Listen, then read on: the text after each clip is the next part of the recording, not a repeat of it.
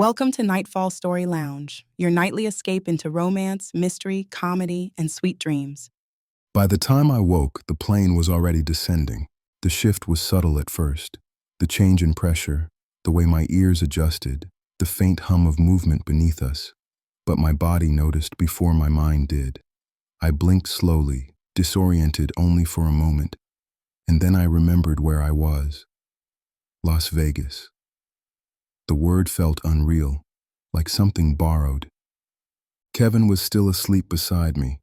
His head had tilted slightly toward the window, his jaw relaxed, his brow smooth in a way that made him look younger. I studied him without guilt. I had slept easily, deeply, the way you do when your body feels safe before your mind has time to question it. I smiled to myself, then decided not to wake him. He looked like he needed the rest. Outside the window, the desert stretched beneath us in muted browns and soft golds. The sun was already up, casting long shadows that made the land look endless. I wondered how many people had come here chasing something they couldn't name. How many had arrived full of certainty only to leave changed. The plane touched down smoothly. Kevin stirred almost immediately, as if he had been waiting for the moment. His eyes opened and searched instinctively, finding me without effort. The tension I hadn't realized was there left his face once he saw me. "Are you okay? He asked quietly. Did you sleep well?"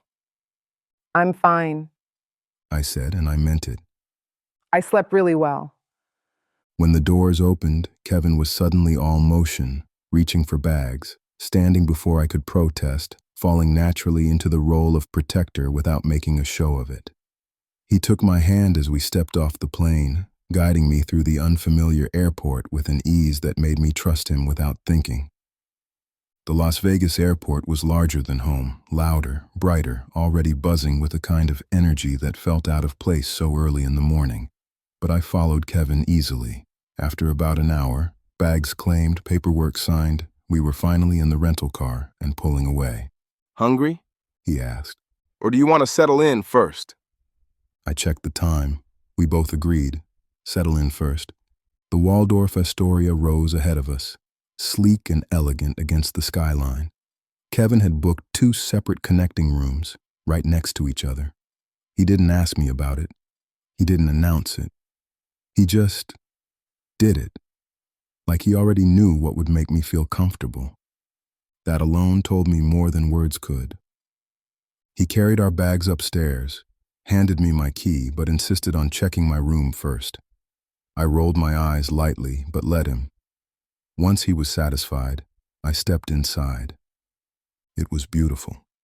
The view alone made me pause. I set my bag down and let the quiet of the room settle around me. An hour to myself sounded perfect. As soon as Kevin disappeared into his room, I headed straight for the shower. The water was hot and steady, loosening tension I hadn't realized I was carrying.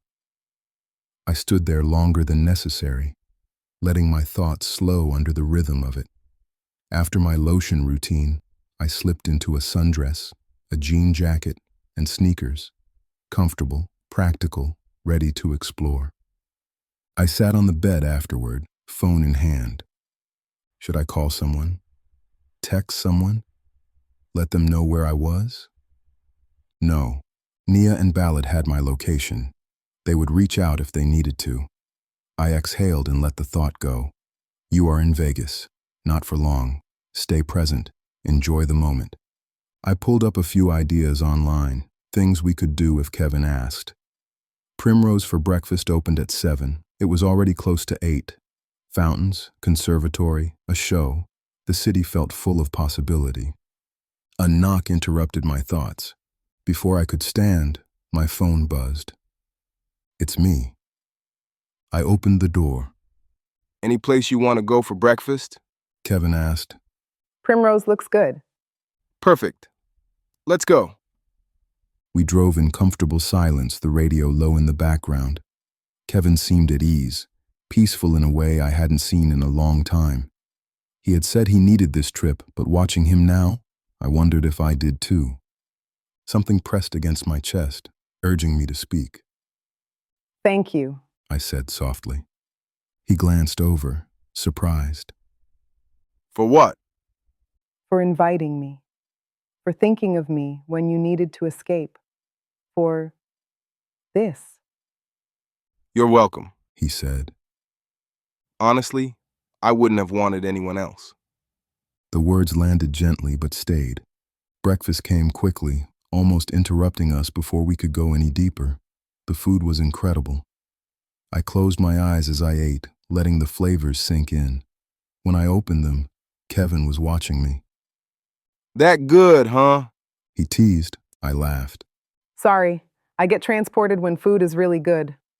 Don't apologize. He said. I like watching you. You look relaxed, happy, unbothered. It's sexy. I changed the subject before my cheeks could give me away. The day unfolded easily after that. The fountains, the strip, the sphere. Hours passed without effort.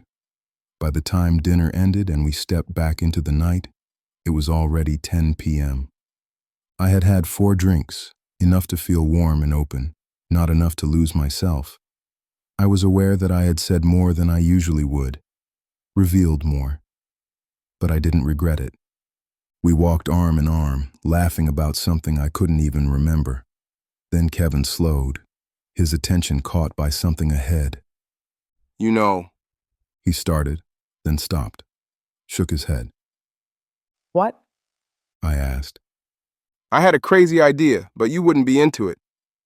Something in me bristled. I can do crazy. I said. Try me. He hesitated, then nodded toward a building across the way. The Storybook Chapel. My mouth fell open. I looked at him. His eyes were on me, watching closely, not pushing, not rushing. My mind spiraled. Marriage? Is this a joke? Was I even considering this? I closed my eyes and breathed. What do you want, Chem? The answer came instantly. I opened my eyes, took his hand, and turned toward the chapel, pulling him with me. He didn't resist, and in that moment, I felt excited, terrified, certain. Whatever waited on the other side of those doors, I was ready to meet it.